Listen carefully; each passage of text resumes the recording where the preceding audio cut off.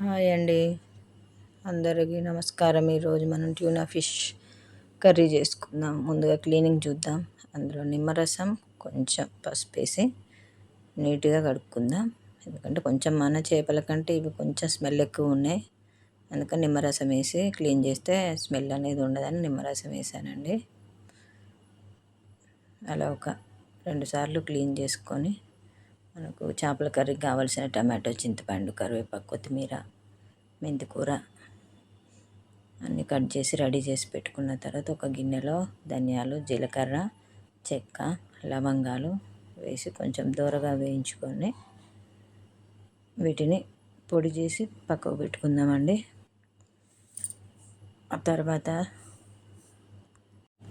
అదే ప్యాన్లో ఒక పెద్ద ఉల్లిపాయ, ఒక వెల్లుల్లి వేసి వాటిని కూడా కొంచెం దూరగా బ్రౌన్ కలర్ వచ్చే వరకు వేయించుకొని వీటిని మిక్సీ పట్టి పక్కకు పెట్టుకుందామండి. తర్వాత ఒక 2 టమాటాలు మిక్సీ చేసుకుందాం. నేను మొత్తం చింతపండు కాకుండా కొంచెం టమాటా కూడా వేస్తా, చేపల పులుసులో బాగుంటుంది టేస్ట్.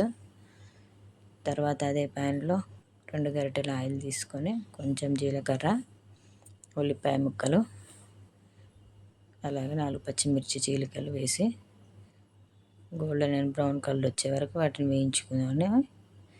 తర్వాత మెంతికూర వేసానండి. పోపులో మెంతికూర వేసుకుంటే చాలా బాగుంటుంది చేపల కర్రీలో. పోపులో వేస్తే దాని చేదు అనేది మనకు రాకుండా టేస్ట్ బాగుంటుంది. మంచిగా ఫ్రై అయిన తర్వాత ఒక స్పూను అల్లం వెల్లుల్లి పేస్ట్ వేసి మంచిగా అది కూడా పచ్చివాసన పోయే వరకు వేయించుకుందాం.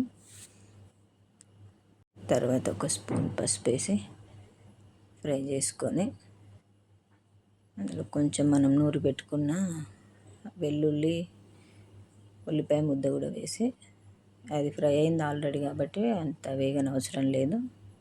తర్వాత టమాటో ప్యూరీ వేసుకొని ఇది పచ్చి టమాటాలు మనం మిక్సీ పట్టుకున్నాం కాబట్టి అది కొంచెం ఫ్రై అయ్యే వరకు వేయించుకోవాలండి. ఆయిల్ పైకి తేలే వరకు వేయించుకోవాలి. ఇలాగ ఆయిల్ పైకి వచ్చిన తర్వాత తగినంత కారం కొంచెం ఎక్కువ పడుతుందండి, చేపల పులుసు కదా. ధనియా పౌడరు, కొంచెం జీలకర్ర మెంతుల పొడి, మనం ఇంతకుముందు పట్టి పెట్టుకున్న మసాలా, కొంచెం సాల్ట్ వేసి మసాలా మొత్తం కలిసే వరకు మంచిగా కలుపుకుందాం. ముందుగా మనం చింతపండు గుజ్జు కొంచెం చిక్కగా కలుపుకొని కొంచెం వేసుకోవాలండి, మొత్తం ఒకేసారి వేయొద్దు. గుజ్జు కొంచెం మసాలాకు పట్టేంత చింతపులుసు వేసి చిక్కగా కలుపుకొని మసాలా అంతా మంచిగా కలుపుకొని మనం కడిగి పెట్టుకున్న చేప ముక్కలను అన్నిటిని వేసుకొని నెమ్మదిగా కలుపుకుందాం. ఇవి మన ఫిష్ అంతా ఈజీగా విడిపోవండి, బాగా గట్టిగా మటన్ ముక్కల్లా చాలా బాగున్నాయి.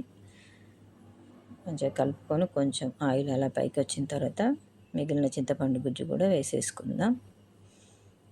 వేసి తగినంత సాల్ట్ వేసుకొని ఒకసారి మంచిగా అంతా కలిసే వరకు కలుపుకొని మూత పెట్టేసి ఒక 15-20 మినిట్స్ ఆయిల్ పైకి వచ్చేంత వరకు ఉడికించుకోవాలండి. తర్వాత అలాగా ఆయిల్ పైకి వచ్చిన తర్వాత కొంచెం కరివేపాకు, కొత్తిమీర, దించే ముందు కరివేపాకు వేసుకుంటే చేపల కర్రీ చాలా టేస్ట్ ఉంటుంది. మీరు ట్రై చేయండి. కలుపుకొని ఇంకా సర్వ్ చేసుకోవడమే. Tuna fish curry ready. ఎలా ఉందో మీకు నచ్చితే నాకు కామెంట్ చేయండి, ఒక లైక్ చేయండి, ఛానల్ సబ్స్క్రైబ్ చేసుకోండి. బాయ్.